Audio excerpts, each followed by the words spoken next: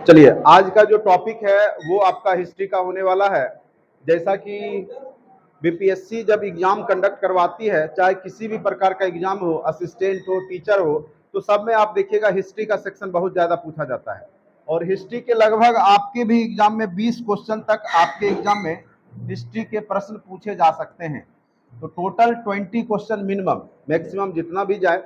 तो हम लोग का ये कोई 20 क्वेश्चन के लिए हम लोग का जो लेवल होगा, खास करके बिहार टीचर जो अभी बीपीएससी के द्वारा होगा, तो उसका लेवल मॉडरेट टू इजी होगा, टफ नहीं होगा।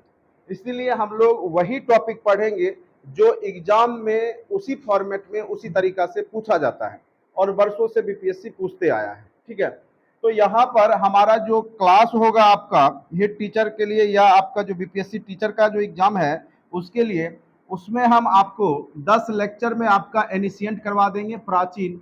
ठीक है, मैक्सिमम 10 लेक्चर आपका मैक्सिमम आपका मध्यकालीन जाएगा और 10 लेक्चर, ठीक है, लेक्चर आधुनिक जाएगा। आधुनिक को थोड़ा हम बढ़ा भी सकते हैं, 15 भी कर सकते हैं, लेकिन 10 लेक्चर तक कोशिश करेंगे कि कंप्लीट हो जाएगा। ठीक है, क्योंकि बीपीएससी का एक स्टैंडर्ड है, उससे अगर हम लो करेंगे तो हो सकता है प्रश्न नहीं टकराए। ठीक है, इसीलिए हम बीपीएससी के स्टैंडर्ड को फॉलो करते हुए पूरा टॉपिक करवाएंगे। ठीक है, तो एनिशिएंट अभी फिलहाल आपका कवर हो जाएगा, क्योंकि एनिशिएंट के जो क्वेश्चन होंगे कम ही पूछे जाएंगे। मुश्किल से मुझे लगता है 4 से 5 की संख्या में आपके प्राचीन इतिहास के प्रश्न पूछे जाएंगे। बाकी मेन रूप से आपको आधुनिक पे फोकस करना होगा। यहाँ से 10 क्वेश्चन मिनिमम आपको पूछे जाएंगे। ठीक है, तो फिलहाल लेकिन पढ़ के तो आपको पूरा जाना होगा।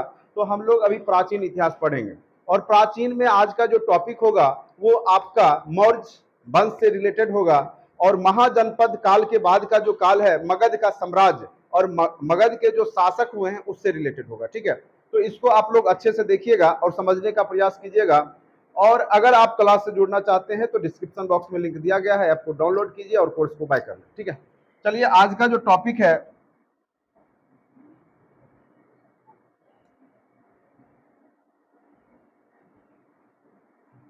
इससे पहले हमने पढ़ा हुआ है कि मगध महाजनपद इतना शक्तिशाली क्यों था। ठीक है, क्योंकि मगध आप जानते ही हैं कि गंगा के नदी के तट पर है और गंगा के नदी के तट पे होने के कारण वहां की जो मिट्टी थी वह उपजाऊ थी, तो वहां पे उपज ज्यादा था। और कोई भी राज तभी शक्तिशाली होता है जब उसका इनकम ज्यादा होता है। तो इस क्षेत्र में अच्छे फसल होते थे, पहला रीजन ये था। दूसरा, इसकी राजधानी किलेबंद हुआ करती थी और इसकी राजधानी जैसे शुरुआत में राजगिरी बना मगध का, फिर पाटलिपुत्र बना, चाहे जो भी राजधानी बने वो सुरक्षित जगह पे बनाए गए, जिससे बाहरी आक्रमणकारियों से बच जाता था।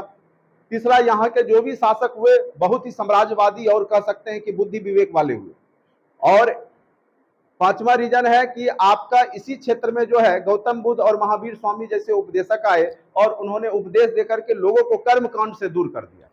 ऐसे क्या हो रहा था कि कर्म कांड के नाम पे भी बहुत ज्यादा जीवों की हत्या की जाती थी, बहुत ज्यादा वहां पे यज्ञ हवन के नाम पे खर्च किया जाता था।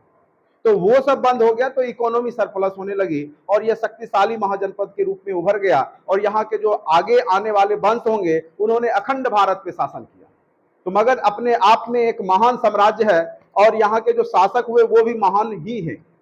चाहे आप बिंबिसार को लीजिए, चाहे उसका पुत्र उदयीन अजातशत्रु को लीजिए, उसका पुत्र उदयीन को लीजिए, सभी का आप देखेंगे कि एक अपना बुद्धि विवेक से उन्होंने काम किया। ठीक है, तो ज्यादा हम यहाँ पे डीपली नहीं जाएंगे और आज हम प्रयास करेंगे कि पूरा मौर्य वंश तक हो जाए। नेक्स्ट टॉपिक आपका गुप्त वंश हो जाएगा और नेक्स्ट टॉपिक आपका हर्षवर्धन हो जाएगा, एनिशिएंट हिस्ट्री ही कंप्लीट हो जाएगा। तो 4 से 5 लेक्चर में आपका पूरा एनिशिएंट हिस्ट्री हम पढ़ा देंगे और गारंटी के साथ आपका प्रश्न इधर उधर कहीं नहीं जाने वाला है, सारे प्रश्न यहीं से आएंगे और आप लोग आसानी से बना लेंगे। बस आप क्या कीजिए कि इसको सुन के रखिए। ठीक है, जो प्राचीन वंश था उसका संस्थापक कौन था? तो मगध हमने पहले ही बताया था, मगध जो महाजनपद का नाम पड़ा था वो मागध के नाम से पड़ा था। मागध वो होते थे जो राजाओं के विशेषताओं को जनता तक पहुंचाते, उनको मागध कहा जाता था। इन क्षेत्रों में इनकी संख्या ज्यादा थी, इसीलिए इसको मगध कह दिया गया। ठीक है, मगध के पीछे रीजन था, नाम रखने। शक्तिशाली होने के पीछे भी हमने पहले आपको बता दिया है। मगध राज सबसे प्राचीन वंश कौन सा था, संस्थापक कौन थे, तो वृत्ररथ थे, ठीक है। और ये महाभारत समय की ही बात। आगे चल करके देखिए हर्यक वंश, तो यहां से मेन रूप से आपका जो साहित्यिक सोर्स और पुरातात्विक सोर्स पुष्टि हुआ है। तो मेन रूप से आपका हर्यक वंश से पूछेगा पूछेगा प्राचीन वंश इनमें से कौन था, तो हर्यक वंश, ठीक है। अगर पूछेगा कि मगध का इनमें से सबसे प्राचीन वंश कौन था, तो हर्यक वंश, और उसके संस्थापक कौन थे, तो बिंबिसार। कौन थे, बिंबिसार। और इसको पितृहंता वंश भी कहा गया है। क्यों कहा गया है, कि आप देखेंगे कि जो बिंबिसार होता है उसका पुत्र का नाम रहता है अजातशत्रु, और उसका पुत्र का नाम रहता है उदयन। सबने अपने पिता की हत्या करके राजगद्दी को हथियाया था, इसीलिए इसको क्या कहते हैं, पितृहंता वंश भी कहते हैं, ठीक है। यह अपने साम्राज्य विस्तार के लिए जाना जाता है। और जो बिंबिसार था ये गौतम बुद्ध के समकालीन था। कई बार पूछेगा इनमें से कौन से शासक गौतम बुद्ध के समकालीन थे, तो याद रखना है बिंबिसार। बिंबिसार ने गौतम बुद्ध को वेणुवन दान में दिया था। आप देखेंगे कि राजगीर जाएंगे तो जापानी एक मंदिर होगा, बौद्ध मंदिर, उसके सामने वेणुवन है, और राजगीर में वो वन जो है बिंबिसार ने ही गौतम बुद्ध को दिया था, वो आज भी है, ऐसी बात नहीं है। तो ये इसका पुष्टि है, इसीलिए यह इतिहास है, ठीक है। आज भी वेणुवन वहां पर है, ठीक है। तो बिंबिसार के बारे में अगर पूछेगा तो यही पूछेगा कि हर्यक वंश का संस्थापक कौन था, बिंबिसार। इसने अपने साम्राज्य को विस्तार करने के लिए 500 शादियां की थी, ठीक है, 500। तो ऐसा आगे चल करके आप देखिएगा अकबर ने भी किया है, विवाह संबंध की नीति अपनाई है, राजपूताना संबंध बनाया है, राजपूत लोगों के साथ जो है विवाह संबंध, अपने घरेलू रिश्ता रखा है। तो राजा अपनी सुरक्षा के लिए भी ऐसा करते थे कि अगर जिसके घर में रिश्तेदारी हो जाएगा तो कम से कम वो तो अटैक नहीं करेगा, वो तो हमारा क्या हो जाएगा, सुरक्षा करने वाला हो जाएगा, ठीक है। और राजा ये अपना दिमाग से यूज करते थे और ऐसा करते थे, ठीक है। तो यहाँ पर जो है बिंबिसार ने हर्यक वंश की स्थापना की थी। बिंबिसार ने किस वंश की स्थापना की थी, हर्यक वंश की। और इसका पुत्र जो एक महान शासक के रूप में जाना जाता है अजातशत्रु, इसका जो शासन काल है 492 से 460 ईस्वी पूर्व का माना जाता है। कब से कब तक, 492 से 460, ठीक है। और इसने अपने ही पिता की हत्या करके सिंहासन को प्राप्त किया था, इसीलिए तो यह वंश पितृहंता वंश कहलाता है, ठीक है। अजातशत्रु 2-3 कारणों से फेमस हुआ। एक तो इसका प्रथम बहुसंगति जो 483 ईस्वी पूर्व में हुआ था, और गौतम बुद्ध का निर्माण प्राप्ति भी आपको पता होगा 483 ईस्वी पूर्व ही है, क्योंकि गौतम बुद्ध को निर्वाण यानी मोक्ष की प्राप्ति हुई, मृत्यु हुई उनकी कब, 483। उसी वर्ष अजातशत्रु ने क्या करवाया था, महाबौद्ध संगति। कहां पे करवाया था, राजगीर में, क्योंकि उस समय राजधानी कहां थी, राजगीर। राजगृह भी लिखा रह सकता है, राजगीर भी लिखा रह सकता है, ठीक है। तो सर्वप्रथम बौद्ध संगति का आयोजन अजातशत्रु ने ही करवाया था, और इसने छल से अपने कूटनीतिज्ञ जो मंत्री थे, इसके महामंत्री, उसके मदद से वैशाली को भी विजित किया था। और उस समय जो वर्जित हथियार था, जैसे रथ मसूल और महाशीलकंटक जैसे हथियार का भी प्रयोग किया था इसने। तो ये भी अपने आप में प्रतापी था, साम्राज्यवादी था, ठीक है। कौन, अजातशत्रु। तो अजातशत्रु से 2-3 प्रश्न ही पूछेगा, ठीक है। तो अजातशत्रु के समय भी राजधानी कहां थी मगध की, राजगीर थी, इसीलिए तो उसने प्रथम बहुसंगति राजगीर में ही करवाया। तो याद रखिएगा राजा महाराजा आजा, प्रथम बहुसंगति कब हुआ, राजा महाराजा आजा, राजा फॉर राजगीर, ठीक है। अध्यक्षता महाकश्यप, महाराजा फॉर महाकश्यप, ठीक है। आजा फॉर अजातशत्रु, 483 याद ही है, ठीक है। तो 3 ही चीज पूछता है बहुसंगति का भी, या तो ईस्वी पूछेगा, या उसका अध्यक्ष पूछेगा, या कब हुआ, किसके शासन काल में हुआ, और कहां हुआ, बस, ठीक है। तो प्रथम बहुसंगति को भी हमने आपको याद करवा दिया कि राजा महाराजा आजा, ठीक है। तो 483 ईस्वी पूर्व में। अब आ जाइए, इसका पुत्र का नाम था उदयन, जिसने पाटलिपुत्र जो नगर है उसको बसाया था। तो सर्वप्रथम अगर पूछे कि पाटलिपुत्र को किसने बसाया, तो पाटली ग्राम या पाटलिपुत्र भी लिखा रह सकता है। इसको बसाने वाला शासक था अजातशत्रु का पुत्र उदयन, और इसीलिए यह फेमस है। उदयन का जब भी क्वेश्चन पूछेगा तो यही प्रश्न पूछेगा कि पाटलिपुत्र की स्थापना किसने की, तो याद रखिएगा उदयन ने किया, ठीक है। अब आ जाइए, हर्यक वंश का अंतिम शासक कौन था, नागदशक। कौन था, नाग। हर्यक वंश से अब इससे ज्यादा आपको प्रश्न नहीं पूछता है, ठीक है। चलिए अब आते हैं, नेक्स्ट वंश है आपका शिशुनाग वंश। नेक्स्ट वंश कौन सा है, देखिए जहां पर डीपली अध्ययन करने की आवश्यकता है हम आपको खुद डीपली ले जाएंगे, जहां पर थरोली पढ़ने की आवश्यकता है हम थरोली पढ़ाएंगे, ठीक है। चलिए यहां पर देखिए शिशुनाग वंश, तो हर्यक वंश के बाद कौन सा वंश का शासन हुआ मगध पे? शिशुनाग वंश। अब देखिए ये भी जो था शिशुनाग, वो कभी इसी हर्यक वंश का ही सेना नायक होता था। और आप देखिएगा जब भी राजतंत्र में जब राजा कमजोर होता है तो उसका सेनापति ही गद्दी जो है पकड़ता है, ठीक है, छीनता है, क्योंकि जो शक्तिशाली बनेगा वही राजतंत्र पे राजा होगा वहां का, ठीक है। तो ये राजतंत्र में आप देखेंगे नीचे और भी बहुत सारे वंश पढ़ाएंगे, जिसमें आप देखिएगा आगे चल करके उसका सेना नायक या उसका जो रक्षक है वही भक्षक बनता है। चाहे शेरशाह सूरी को भी देख लीजिए, बाबर के समय में वो बिहार का राज्यपाल था, दिल्ली सल्तनत का, ठीक है। और फिर उसी के बेटा को क्या क्या वो भगाया तोसा के युद्ध में, ठीक है। तो कहने का अर्थ है कि अगर मंत्री के पास सेनापति के पास शक्ति हो गया तो वो राजा को भी कब्जा कर लेता है, ठीक है। तो राजतंत्र में ये सब होता है। तो हर्यक वंश का सेनापति शिशुनाग ने शिशुनाग वंश की स्थापना की और इस वंश का सबसे प्रतापी शासक कालाशोक था, जिसके समय में द्वितीय बहुसंगति हुई और इसने अपनी राजधानी मगध का कहां बना दिया था? वैशाली। कहां बना दिया था? वैशाली। इसीलिए द्वितीय बहुसंगति आपका वैशाली में होगा, पहले बहुसंगति से 100 वर्ष बाद, यानी यह होगा 383 ईस्वी पूर्व में। कब होगा? 100 वर्ष बाद, यानी उल्टा चल रहे हैं ईस्वी पूर्व में, ठीक है। ईस्वी पूर्व में उल्टा चलेगा, अभी हम लोग जीरो तरफ बढ़ेंगे, फिर जीरो से पॉजिटिव जाएगा। तो ईस्वी पूर्व है तो हम लोग उल्टा चलेंगे, यानी 483 से 383, 100 वर्ष बाद कौन सा समय आ गया? 383 ईस्वी पूर्व। तो द्वितीय बहुसंगति 383 ईस्वी पूर्व में कहां पर हुआ? हाँ, वैशाली में। अध्यक्षता सवा कमीर, याद रखिएगा, अध्यक्षता किसने किया था? सवा कमीर। और आपको हमने गौतम बुद्ध का जब चैप्टर पढ़ाया था उस समय ये सब अच्छे से हमने बता दिया था, नोट्स में बहुत अच्छे से क्लियरली लिखा हुआ है। और ये सब प्रश्न बीपीएससी बार बार पूछता है, तो जहां पे बार बार प्रश्न पूछे जाते हैं मैं आपको खुद बता दूंगा, ठीक है। तो यहां पर वैशाली इसकी राजधानी थी, तो पूछेगा शिशुनाग वंश के समय में मगध की राजधानी क्या थी? वैशाली थी। द्वितीय बहुसंगति कहां हुआ? वैशाली में हुआ। किसके समय में हुआ? कालाशोक। कालाशोक का नाम काकवर्ण भी लिखा रहता है, कोयले कौवे की तरह दिखता था। किसके तरह? कौवे की तरह, काला था थोड़ा, इसीलिए इसका नाम कालाशोक। चलिए अब आते हैं, इस वंश का अंतिम जो शासक था वो नंदीवर्धन था। कौन था? नंदीवर्धन। अब आ जाइए, उसके बाद एक वंश आता है, उसके बाद जो वंश आता है उस वंश का नाम रहता है आपका नंद वंश। कौन सा वंश? नंद वंश, ठीक है। नंद वंश का संस्थापक महापद्म नंद था। कई जगह नंदी भी लिखा रहेगा तो मार दीजिएगा, नंद से रिलेटेड कुछ भी नाम अब भरंश में भी लिख दिया तो मार दीजिएगा, ठीक है।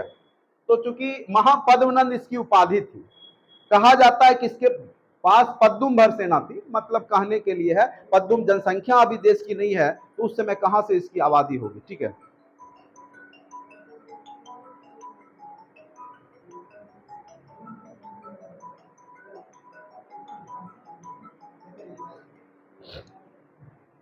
ठीक है, तो महापद्मनंद इसकी उपाधि थी, पद्दुम्बर कहा जाता है, तो मतलब सेना इसके पास विशाल थी। और ये प्रथम जो है शूद्र शासक है, ठीक है। यह प्रथम कौन है? शूद्र शासक है और यह नाई था। और इसका जो है संबंध इस वंश के शिशुनाग वंश के किसी महारानी से था और उसने छल करके इस गद्दी को जीता था, ठीक है। तो प्रथम शूद्र शासक पूछे तो याद रखिएगा महापद्मनंद, इतिहास का प्रथम शूद्र शासक। इसको सर्व क्षत्रांतक भी कहा गया, क्षत्रियों को नाश करने वाला। तो पहला इतिहास में अगर शूद्र शासक कोई बनता है तो वो महापद्मनंद, ठीक है। इसी वंश का अंतिम शासक घनानंद था। घनानंद जो है वह भ्रष्ट शासक था और उसके राज में अराजकता की स्थिति थी। घनानंद इसलिए नाम था क्योंकि यह धन से आनंदित होता था, यानी बहुत ज्यादा टैक्स कर वसूली करता था। यहां तक कि जो पत्ते बीनने वाले लोग होते हैं, पत्ते चुनने वाले लोग हैं, उससे भी यह, अब 2-4 ढकिया जमा हुआ तो एक ढकिया टैक्स में चल गया, उससे भी ले लेता था। इसीलिए इसका नाम क्या था? घनानंद, ठीक है। और इसी के समय में उधर से सिकंदर अटैक करता है और इसने इसी के समय में वित्त अध्यक्ष के रूप में जो है आपका चाणक्य कार्यरत था। लेकिन दोनों में मतभेद होता है, किसमें किसमें? घनानंद और चाणक्य में, ठीक है। तो चाणक्य थोड़ा सा बोलने में, जो बोलता था उसकी बोली थोड़ी कड़ी थी और इसको पसंद नहीं था घनानंद को, चाणक्य की वो, तो उसने चाणक्य को जॉब से भी निकाल दिया और उसको बंदी भी बना लिया था। आगे चल करके चाणक्य जो है किसी तरीका से साधु सन्यासी का भेष बना करके वहां से निकल जाता है और प्रण लेता है। आपने सुना होगा कि अगर कोई भी बोलता है ना कि ब्राह्मण अगर शस्त्र का ज्ञान दे सकता है तो नहीं, शास्त्र का ज्ञान दे सकता है तो शस्त्र भी उठा सकता है। और आगे चल करके जब वह भाग के जा रहा था, मतलब बच करके, तो रास्ते में उसको कौन मिल जाता है? चंद्रगुप्त मौर्य। और उस समय वह मात्र 8 या 9 वर्ष की अवस्था में था। और बच्चे जब होते हैं तो वो आपस में खेलते रहते हैं, और वह गरेरिये के द्वारा खरीद लिया गया था। चूंकि उसके पीछे भी इतिहास में कहानी है कि चंद्रगुप्त मौर्य कभी घनानंद के शासन में जो मंत्री हुआ करते थे उसी का पुत्र था, लेकिन आपसी द्वंद्व के कारण उसके पिता की हत्या कर दी गई थी। और उसकी मां उस भय से, घनानंद के भय से, उसको जो है अपने भाई के पास जाकर के छोड़ दी थी कि कहीं मेरा बेटा को ना मार दे। अब फिर उसका भाई जो था, यानी उसका मामा चंद्रगुप्त मौर्य का, उसने क्या किया? गरेरिये को बेच दिया। तो ये भर दिन अपना गाय भैंस, जो भी गरेरिये का काम है भेड़ बकरी चराना, तो उसमें वो जा करके भेड़ बकरी चराता था। उसी दरमियान जो है चाणक्य ने उसको देखा था राजकीलम नामक खेल खेलते हुए, जिसमें चोर सिपाही जैसे आप लोग खेलते होंगे बचपन में, उसी तरीका से कोई राजा बन गया, कोई चोर बना दिया, किसी की सिपाही बना दिया। तो उसके प्रतिभा को देख करके उसको लगा कि यह एक योग्य व्यक्ति हो सकता है जो घनानंद को यहां से हटा करके एक नया साम्राज्य की नींव डाल सकता है।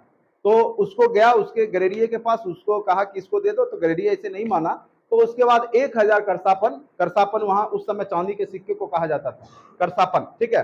तो वो करसापन देता है, उसके बदले में जो है गरेरिये ने चंद्रगुप्त मौर्य को दे दिया।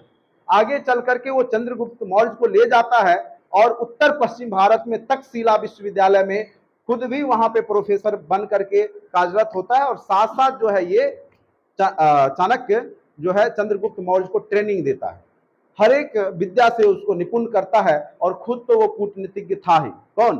चाणक्य। इसीलिए तो उसको कौटिल्य भी कहा गया है। विष्णुगुप्त भी किसी का नाम है?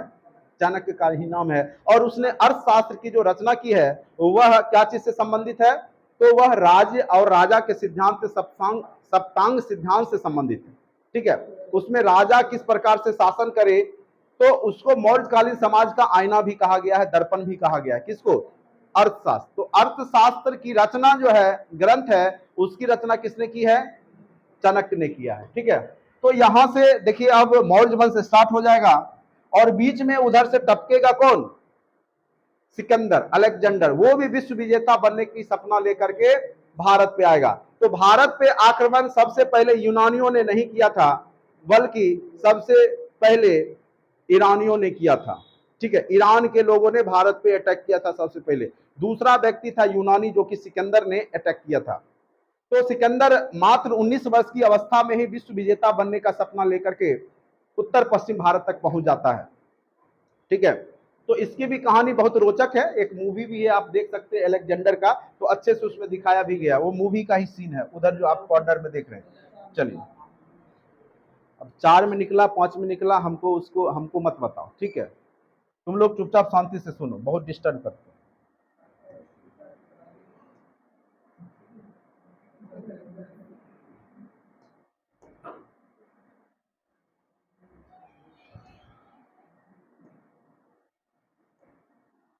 इसी शासन के काल में सिकंदर महान ने 326 ईस्वी पूर्व में भारत पर आक्रमण किया। अगर पूछे कि भारत पर सिकंदर ने आक्रमण कब किया, तो 326 ईस्वी पूर्व में, ठीक है।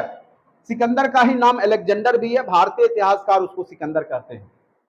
पंजाब के राजा पोरस को सिकंदर ने हाइडेस्पीस का युद्ध विसता, जिसको झेलम नदी के किनारे जो युद्ध हुआ था, उसको वहां पे जो है राजा पोरस को सिकंदर ने हराया था, ऐसा विदेशी इतिहासकारों का मानना है। लेकिन भारतीय इतिहास का मानना है कि राजा पुरु ही जीत जाते हैं। उसका सीधा सा मानना है कि कोई व्यक्ति अगर पूरे संपूर्ण पूरे विश्व को जीत लिया था तो भारत को ऐसे छोड़ करके नहीं जाता। जो अगर मान के चलो एक क्रिकेटर है, 99 रन बना लिया है, तो वो 1 रन बनाने से नहीं चुकेगा, वो सेंचुरी मार के ही जाएगा। तो भारतीय इतिहासकार बोलते हैं कि उस युद्ध में जो है या तो सिकंदर हार गया था या बराबर की लड़ाई हुई थी, जिससे सिकंदर प्रसन्न होकर के राजा पुरु के साम्राज्य को छोड़ देता है और बोलता है कि आगे का अभियान में आप हमारा मदद करेंगे, क्योंकि आप ही एक पहला शासक हैं जो आपने दमखम के साथ हमसे लड़ा। बाद बाकी तो चरणों में गिर जाता था, बाद बाकी तो सिकंदर का सेना देख के ही डर से उसके चरणों में गिर जाता था। बहुत कम ही शासकों ने उससे युद्ध किया था इस महाद्वीप में, ठीक है।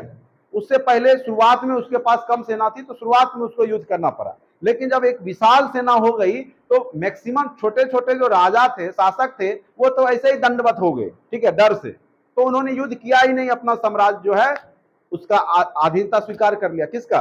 सिकंदर का। लेकिन एक भारत में पहला शासक था राजा पोरस, राजा पुरु, जिसने सिकंदर के साथ युद्ध किया था, और इसी बात से सिकंदर प्रभावित हुआ और उसने राजा पोरस के, जो भी कहा जाता है, ऐसे तो हार गया था राजा पोरस, तो उसके राज को दे दिया, क्योंकि उसने युद्ध किया था। और जब वो पकड़ा गया तो बोला कि एक राजा के साथ दूसरे राजा को जिस तरीका से व्यवहार करना चाहिए वही व्यवहार मेरे साथ किया जाए। और इस बात, उसके हिम्मत से खुश होकर के सिकंदर जो है इसके साम्राज्य को दे देता है और बोलता आगे के अभियान में तुम बस मदद करना, ठीक है, क्योंकि हार गया था कौन? सिकंदर, सॉरी, पोरस। तो ये कहानी जो है वो यूरोपियन इतिहासकारों का, लेकिन भारतीय इतिहासकार साफ बोलते हैं कि ऐसा कुछ भी नहीं था, राजा पोरस ही जीत गया, ठीक है। चलिए, जो भी हो, हमें उस पर नहीं जाना है, हमको मेन रूप से क्या प्रश्न पूछेगा उस पर जाना है, ठीक है। सिकंदर का आक्रमण भारत पर सर्वप्रथम ईरानियों ने आक्रमण किया था। सिकंदर के द्वारा भारत पे आक्रमण होने से पहले भारत में ईरानियों के द्वारा आक्रमण हो चुका था। अगर पूछे भारत पर सर्वप्रथम किसने आक्रमण किया था, अटैक किया था, विदेशी आक्रांता, तो वो थे ईरानी। दूसरा था यूनानी। सिकंदर कहाँ का था? यूनान का, ग्रीक एथेंस, ठीक है। शासक जो था हकमनी वंश का जो था दारे बाहु डरियस था। तो पहला ईरानी शासक जिसने भारत पे अटैक किया था वो कौन था? दारे बाहु डरियस, जो कि हकमनी वंश का था, ठीक है। उसके बाद ईरानी आक्रमण के बाद भारत पर यूनानी आक्रमण किसका हुआ? सिकंदर का हुआ। और सिकंदर मेसिडोनिया के राजा, कई जगह मकदूनिया भी हिंदी में लिखा रह सकता है, तो मेसिडोनिया के राजा फिलिप द्वितीय का पुत्र था। किसका पुत्र था? मेसिडोनिया के शासक राजा फिलिप। ये क्षत्रप मतलब राजा ही होता है, ठीक है।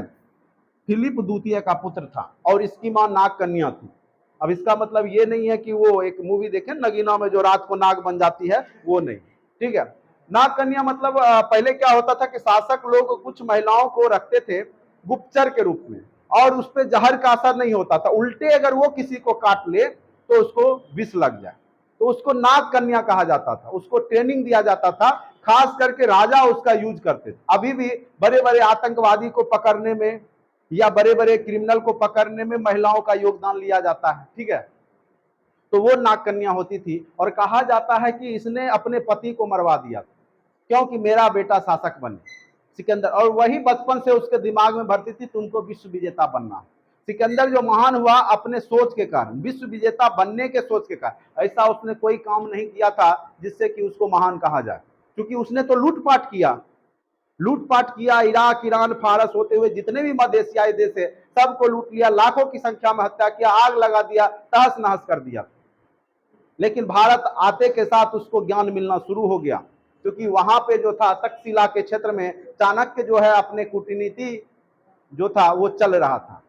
चाणक्य का जो काम था उसने क्या किया था, बहुत सारे साधु सन्यासी को, वो वास्तव में गुप्तचर था, किसका? चाणक्य, उसके सेना के पास भेजता था, जो कि सेना जो था व्यास नदी के किनारे अपना टेंट तंबू गाड़ रखी थी। जो भी सन्यासी जाए उस सेनाओं को बस यही बात बोले कि व्यास नदी को कोई आज तक पार नहीं कर पाया है, जो भी इस नदी को पार करके उस पार गया वो जिंदा नहीं लौटा। क्योंकि ग्रीक के लोग देवताओं में विश्वास करते हैं, तो उसकी मैक्सिमम सेना आगे बढ़ने से इनकार करने लगी। ऐसे उसका लंबा समय भी हो चुका था इस महाद्वीप में, और यहाँ का जलवायु भी सेट नहीं कर रहा था, और उन लोग को घर की याद भी सताने लगी। अभी की तरह थोड़ा ही वीडियो कॉल और व्हाट्सएप कॉल हो जाए, क्योंकि उसमें बहुत सारा सेना मर भी चुका था और इन लोगों के पास धन दौलत बहुत ज्यादा एकत्रित हो गया था। उसको लग रहा था अब लौट जाने में ही भलाई है, जिंदा लौटने मतलब मरे हुए लौटने से अच्छा जिंदा किसी तरीका से लौट जाए। तो ये भी बात था। तो यहां से निर्णय होता है, फिर आगे चल करके सिकंदर बहुत समझाता है कि नहीं, इसको आगे फतह करना है, लेकिन नहीं मानता है। और उसके बाद सिकंदर भी चूंकि बीमार हो गया था, और आगे चल करके आप देखिएगा कि ईरान में पड़ता है बेबीलोनिया, वहीं पे जाकर के सिकंदर की मृत्यु हो जाती है, और मात्र 323 ईस्वी पूर्व में ही उसकी मृत्यु हो जाती है। 356 में 23 घटाइए तो 33 वर्ष की आयु में सिकंदर एक ऐसा व्यक्तित्व वाला इंसान निकला कि विश्व में एक महान, आज भी हम लोग इतिहास में सिकंदर महान को पढ़ रहे हैं। तो उसकी महानता बस ये बड़ा सोच रखने में हुई, ठीक है, कि पूरा विश्व विजेता उस समय जो है विश्व विजेता बनने के लिए जो रखा था सोच, कम संसाधन में, ठीक है। देखो यूपीएससी हो नहीं हो, वह सोच करके पढ़ने में भी महानता, उसमें भी आपके अंदर क्वालिटी आ जाएगी, ठीक है। तो कहने का अर्थ है यहाँ पे आपकी जो सोच होती है ना, वो पॉजिटिव और महान होगी, आप खुद महान बन जाइएगा। और सोच नकारात्मक होगी, कुछ नहीं होगा, फलनमा पढ़ रहा है उसको कुछ नहीं हुआ, कुछ नहीं होगा, वास्तव में आपके साथ कुछ नहीं होगा। हमेशा पॉजिटिव सोचिए, कुछ होता है इसीलिए आप पढ़ रहे हैं और आपके गार्जियन बचपन से पढ़ा रहे हैं। नहीं होता तो ना आपको कोई पढ़ाता, सब लोग आपको 5 साल 6 साल 8 साल के बाद ही कहता काम धंधा पकड़ लो, करो घर का काम करो, ये करो, लेकिन आपको गार्जियन शिक्षा देता है, क्योंकि शिक्षा का महत्व होता है, ठीक है। चलिए यहां पर अगर प्रश्न पूछता है कि सिकंदर का जन्म कब हुआ, तो 356 ईस्वी पूर्व में। सिकंदर का गुरु था अरस्तु, एस्पा याद रखिएगा, शब्द आता है एस्पा, एस्पा, सुकरात, प्लेटो, अरस्तु, अलेक्जेंडर। तो महान गुरु का महान शिष्य बनता है अलेक्जेंडर, ठीक है। और अरस्तु का, और अरस्तु के बारे में आप जानते ही हैं कितने विद्वान थे वो, कई विषय के जानकार हैं वो, ठीक है। अरस्तु का शिष्य था अलेक्जेंडर सिकंदर, और अरस्तु प्लेटो का शिष्य था, और प्लूटो जो है प्लेटो सुकरात का शिष्य था, ठीक है। तो ये याद रखिएगा, तो ये क्वेश्चन पूछा गया है कई बार। अब आ जाइए, सिकंदर का सेनापति कौन था, सेल्यूकस निकेटर। और आगे चल करके देखिएगा, चंद्रगुप्त मौर्य में जब सेल्यूकस निकेटर जो है मगध पे आक्रमण करता है, तो वो उसमें आक्रमण पूरा कंप्लीट तरीका से हो नहीं पाता है, लेकिन वो हार जाता है, वो बंदी बना लिया जाता है, कौन, सेल्यूकस निकेटर। और आगे चल करके चंद्रगुप्त मौर्य का विवाह इसकी बेटी से हो जाता है, और इसकी बेटी का नाम हेलेना या कार्नेलिया था। क्या नाम था, कार्नेलिया या हेलेना। इससे इसका विवाह हो जाता है, किसका, चंद्रगुप्त मौर्य का। क्योंकि चंद्रगुप्त मौर्य की पहली पत्नी मर चुकी होती है, उसको जहर जो भोजन में मिला करके मार दिया गया होता है। चाणक्य जानता था कि राजा को किसी प्रकार से मारा जा सकता है, छल कपट से। तो भोजन चंद्रगुप्त मौर्य ने भी किया था, वही भोजन, और वही भोजन उसकी पत्नी भी की थी, लेकिन पत्नी मर गई, चंद्रगुप्त मौर्य बच गया था। तो बाद में जाकर के ये पूछता है चाणक्य से, कौटिल्य हम कैसे बच गए, मेरी पत्नी कैसे मर गई। तो बोलता है कि तुम पे जहर का कोई असर ही नहीं होगा, क्योंकि हमने डेली तुमको छोटा छोटा पॉइजन खिलाया, और अब तुम्हारा शरीर जो है विष रहित, आप पे विष का असर होगा ही नहीं, ठीक है। तो देखो एक महान गुरु कितना तैयारी के साथ, वो किसी भी प्रकार से चूकना नहीं चाह रहा था गद्दी को हथियाने में, क्योंकि उसने अपना टीक जो है नहीं बोला था कि टीक जो है तब तक हम नहीं बांधेंगे जब तक कि हम घनानंद को जो है यहां से विदाई ना दे दें साम्राज्य से, और उसने पूरा किया, ठीक है। तो चाणक्य भी महान माना जाता है, कूटनीतिज्ञ था, ठीक है। तो चाणक्य का एक कीर्ति अर्थशास्त्र है, बहुत ही महत्वपूर्ण है, कई बार प्रश्न पूछे गए हैं। तो चलिए चंद्रगुप्त मौर्य का मौर्य वंश से संबंधित है ये सारे तथ्य, इसीलिए मैंने आपको कहानी स्वरूप सुना दिया, तो हो सकता है एग्जाम में कभी पूछ दे। तो सेल्यूकस निकेटर याद रखिएगा, इसका थल सेनापति था, किसका, सिकंदर का। अगर जल सेनापति पूछ दे तो नियारकस, कौन था, नियारकस। तो ये लौट जाता है, ये सिकंदर के साथ ही लौट जाता है, लेकिन सिकंदर ने सेल्यूकस निकेटर को भारत के उत्तर पश्चिम जो क्षेत्र को जिसको उसने जीता था, जैसे मान के चलिए ये भारत है, ठीक है, अगर ये भारत है तो ये वाला जो क्षेत्र है, तो इस पे उसका शासन था, किसका, सिकंदर का। तो ये वाला क्षेत्र जो है तब तक के लिए कौन कंट्रोल करेगा, सेल्यूकस निकेटर। और ये भी साम्राज्य विस्तार करने के लिए मगध पे अटैक करने का सोचता है, और अपने राजदूत को भी भेजता है। राजदूत क्या, वो स्वयं चला जाता है। और मौर्य का जो है गुप्तचर संस्था इतनी मजबूत रहती है कि यहाँ पे शासक को पहले पता चल गया था कि सेल्यूकस निकेटर खुद राजदूत के रूप में आ रहे हैं। क्योंकि पहले क्या, युद्ध लड़ना तो पहले लेटर लेकर के खबर जाता था, क्योंकि युद्ध के ये नहीं कि डायरेक्ट एकाएक अटैक, हाँ, या तो तुम जो है समर्पण कर दो, शासक की बात मान लो, उसके अधीनता स्वीकार कर लो, नहीं तो युद्ध करो।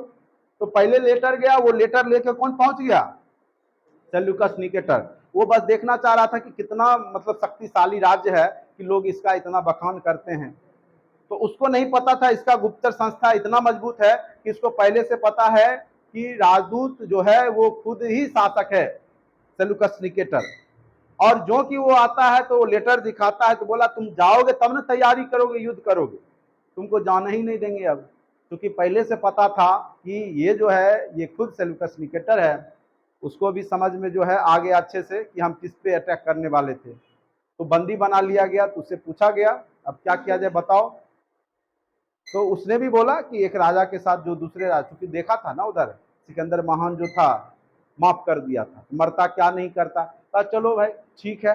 चाणक्य ने क्या किया कि देखा कि अगर उत्तर पश्चिम क्षेत्र पे बार बार अटैक होंगे तो मगध कभी भी जो है किसी और भी शासक जब कमजोर आएगा, अभी चंद्रगुप्त मौर्य हम हैं क्योंकि वृद्धावस्था में पहुंच चुका था, तब तक तो ठीक है, लेकिन आगे आने वाले समय में मगध को कोई भी कब्जा कर सकता है। इसीलिए पहले ही वो, और अटैक किधर से हो सकता है, इधर से ही हो सकता है।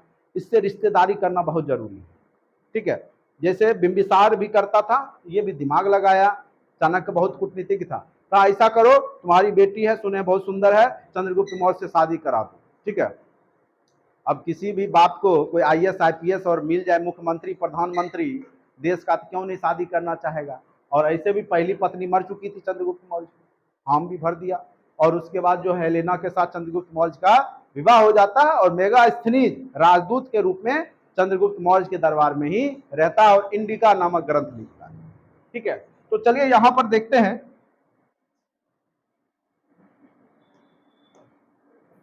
देखो कुछ नहीं है, अगर आप सिस्टमेटिक इतिहास को पढ़ लीजिएगा, पूरा कहानी है, एक बार में याद हो जाए। कैसे मूवी जाते हो बाद में कोई पूछता है बता देते हो ये हुआ ऐसे हुआ वैसे हुआ, अंदाजा भी लगाना शुरू कर देते हो कैसे हुआ हो, आधा मूवी देख के निष्कर्ष भी निकाल। इतिहास तो वही है। ठीक है, आप अच्छे से समझिएगा, कहानी है, कोई दिक्कत नहीं है, पूरा इतिहास रटा जाएगा। और प्रश्न कहां से पूछेगा है, इससे बाहर थोड़े पूछेगा। चलिए अब देखिए मौर्य वंश 323 मौर्य वंश हमने आपको थोड़ा बहुत पढ़ा भी दिया कहानी में। 323 ईस्वी पूर्व से 232 ईस्वी पूर्व तक चला।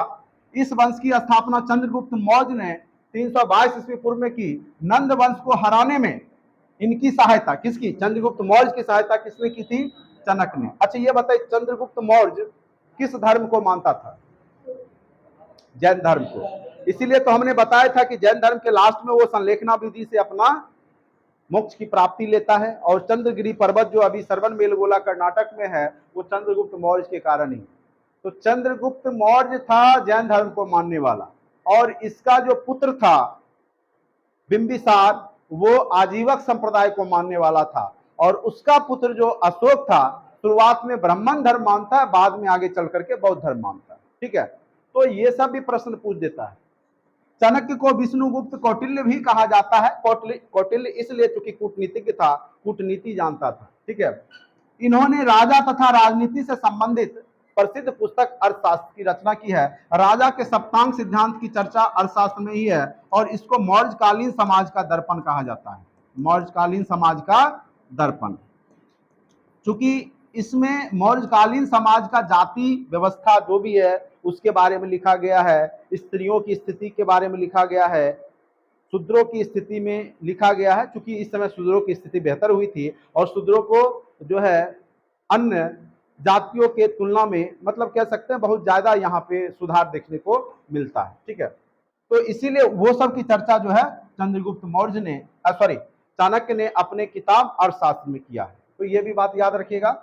उसके बाद देखिए सेल्यूकस ने अपने राजदूत मेगास्थनीज को चंद्रगुप्त मौर्य के दरबार में ही भेजा था, और इसने इंडिका नामक पुस्तक की रचना की। तो कई बार पूछेगा कि इंडिका की रचना किसने की, तो क्या बोलेंगे, मेगास्थनीज ने। याद रहेगा, कहीं कोई दिक्कत नहीं है। चलिए नेक्स्ट आते हैं।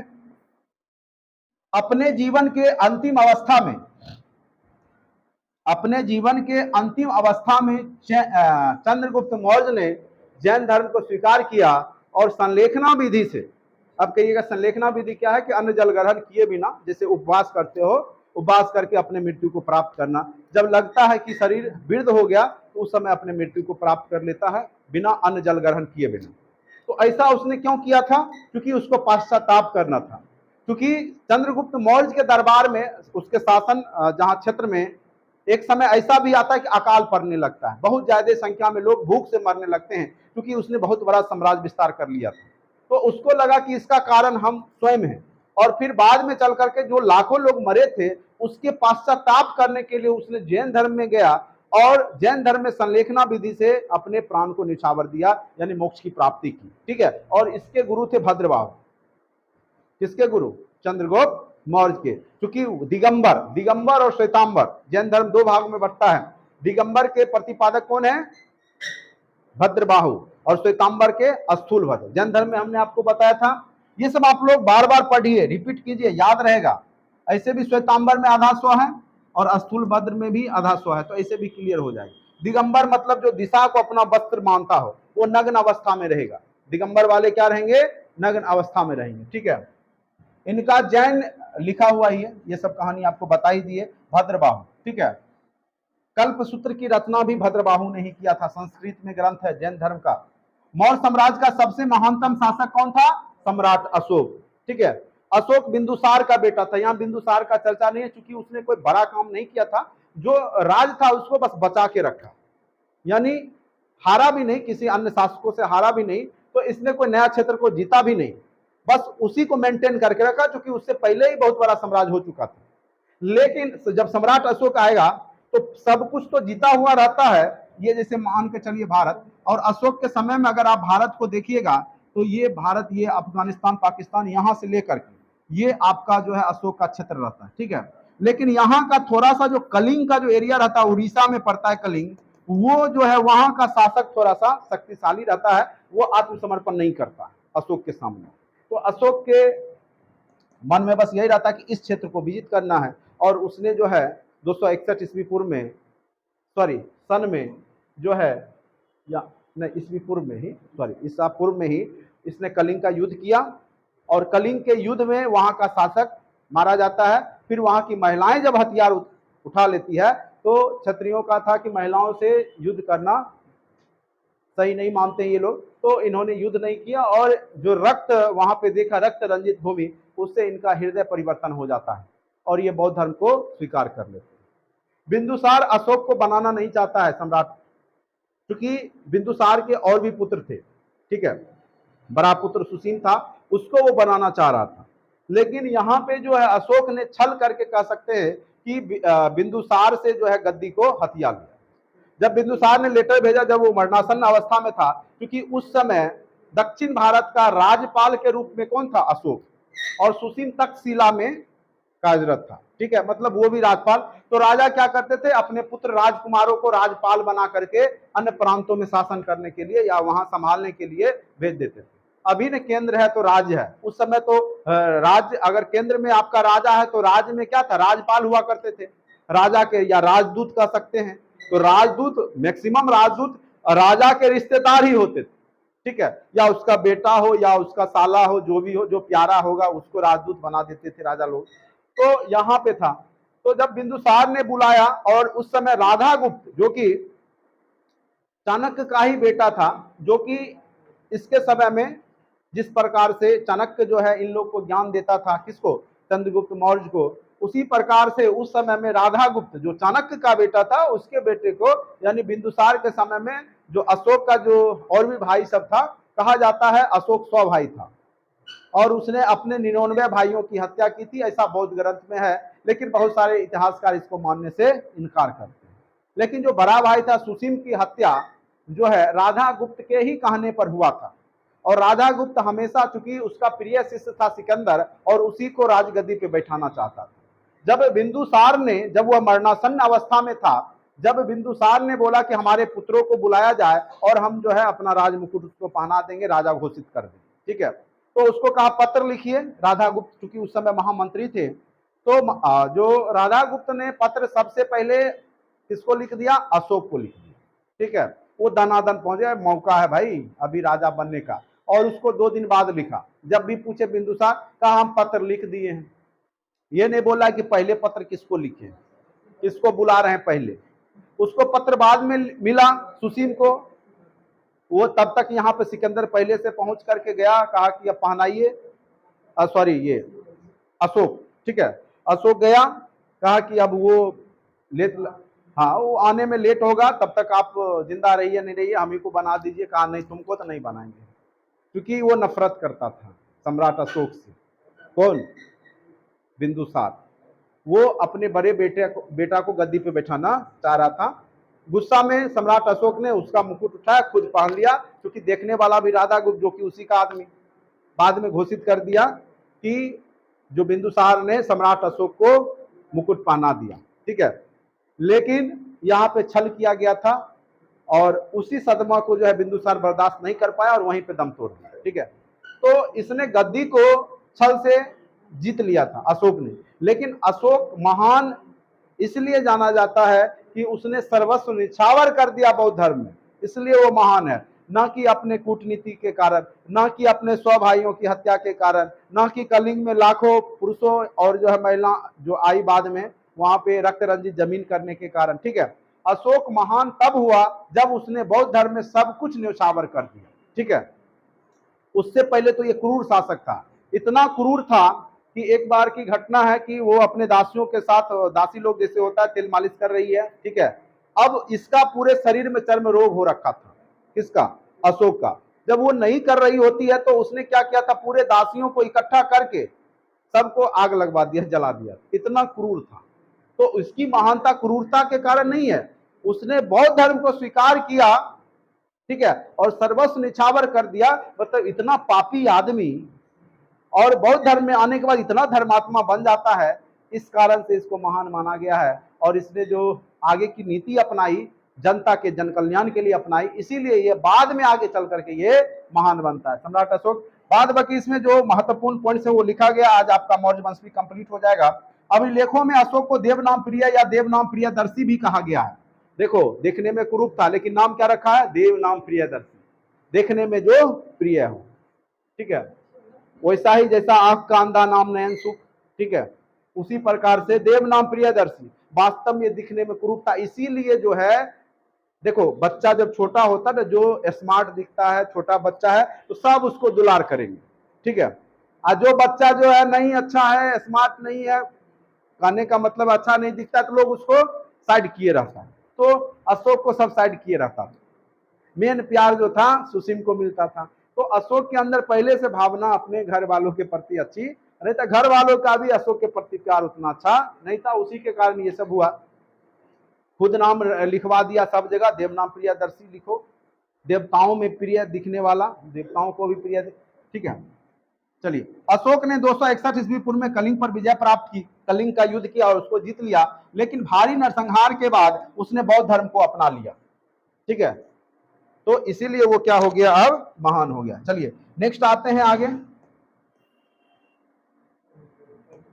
अब पूछेगा कि अशोक को किसने, देखिए कलिंग युद्ध का वर्णन किस शिलालेख में है, तो 13वें शिलालेख में है। अगर पूछेगा अशोक को उपगुप्त ने किस धर्म की या किसने बौद्ध धर्म की शिक्षा दी थी, तो उपगुप्त, जो कि चाणक्य का ही पुत्र था। ठीक है, पुत्र या पोता, पौत्र लिखा रहता है, अब क्या है, पुत्र या पोता ही होगा, जो भी है।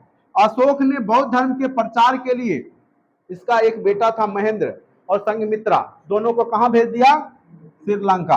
और एक बेटी थी और उसका विवाह नेपाल में करता है ये। ठीक है, उतना आप लोग को नहीं पूछेगा, ये महेंद्र और संघमित्रा वाला बार बार पूछता है। तो श्रीलंका, यही से यह धर्म जो है बौद्ध धर्म क्या हो गया, अंतरराष्ट्रीय धर्म हो गया। और श्रीलंका से ही यह धर्म आगे चल करके दक्षिण पूर्वी जो एशियाई देश है वहां जाके फैला। और आज के डेट में बौद्ध धर्म को मानने वाले भारत से ज्यादा विदेशी लोग हैं। ठीक है, और यह अंतरराष्ट्रीय धर्म बनाने वाला भी सम्राट अशोक ही है। चलिए, मौर्य काल में सर्वाधिक शिक्षा का प्रसिद्ध केंद्र कौन था, तक्षशिला, जहां का प्रोफेसर हुआ करते थे चाणक्य।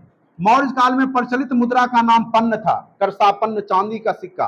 ठीक है, और निष्क सोने का सिक्का, याद रखिएगा। मौर्य काल में जन साधारण की भाषा पाली थी और गौतम बुद्ध ने भी अपना उपदेश पाली में दिया, जन सामान्य भाषा में। ठीक है, अब आ जाइए, जो भी आपका बौद्ध का जो शिलालेख है, अभिलेख है, वो सारे ब्राह्मी लिपि में लिखे गए। ब्राह्मी ही आगे चल करके संस्कृत बनता है, उसी प्रकार का संस्कृत टाइप का ही। ठीक है, तो ब्राह्मी लिपि याद रखिएगा।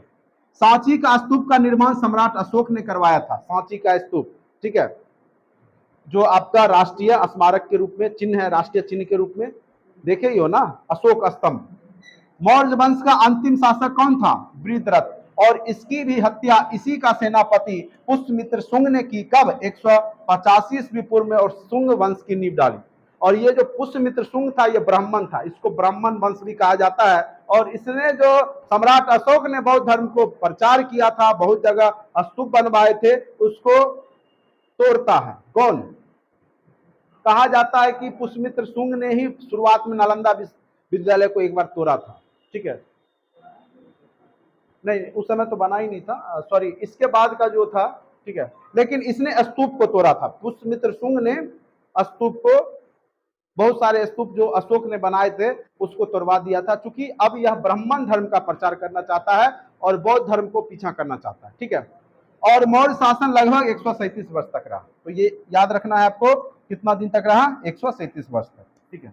चलिए, अब शुंग वंश तक आपका हो गया, मौर्य वंश अच्छे से पढ़ा दिया हमने। आज बहुत बड़ा जो है आपका सिलेबस को बहुत कम समय में कवर कर दिया, ठीक है। बस आप लोग क्या कीजिए, इसको एक बार सुन लिए अच्छे से, उसको पढ़िए और ऑब्जेक्टिव बना लीजिए, लूसेंट का हो चाहे जो भी हो। आपका यहाँ से कहीं भी प्रश्न जाने वाला नहीं है। अगर यहाँ से प्रश्न आएगा तो आपके दिमाग में यह बात जरूर होगी और आप आसानी से बना लीजिएगा, ठीक है। आज के लिए इतना ही। अगर आपको वीडियो अच्छा लगता है तो चैनल को लाइक कर लें, सब्सक्राइब कर दें, और साथ साथ अगर आप कोर्स लेना चाहते हैं तो डिस्क्रिप्शन बॉक्स में लिंक दिया गया है, वहां से आप कोर्स को बाय कर लें। धन्यवाद।